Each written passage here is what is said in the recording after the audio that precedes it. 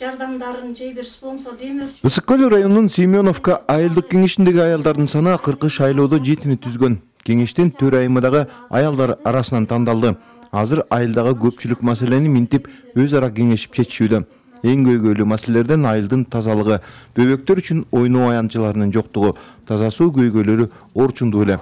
Мындан сырткары көп жылдан бери курулушу токтоп калган мектептин ишин жандандыруу болчу.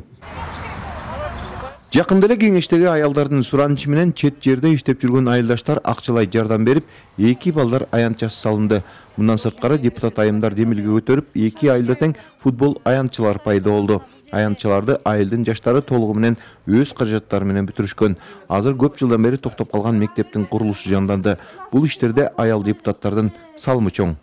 Комиссиянын мүчөлөрү жана айылдын тургундары, айыл өкмөтүнөн кошулган мониторинг балоо группасы дагы, анын ичинде депутат айым катары мен дагы ушул группага болуп, биз жумасына бир жолу келип текшерип да кетип атабыз. Биздин депутаттардын жана айыл өкмөтүбүздүн демилгеси менен ушул ордунан жылды. Айылдагы тазалык маселеси чечилди. Айылдык депутаттар мурда токтоп турган техникаларды жолго коюп, таштанды төгүүчү жай белгиленди.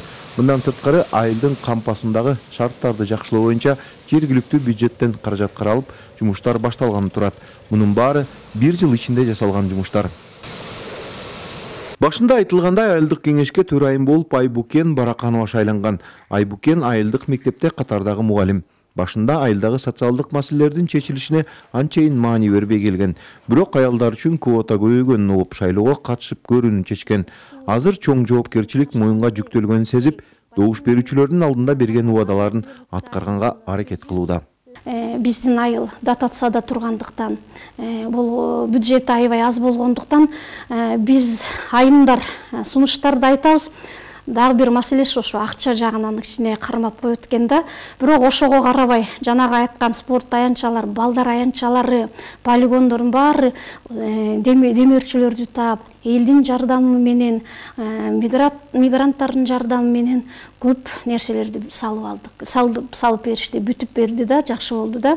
Анан мындан ары максатыбыз айым депутаттар эң дагы коюп атканыбыз бир таза суу, анан жумуш орундары.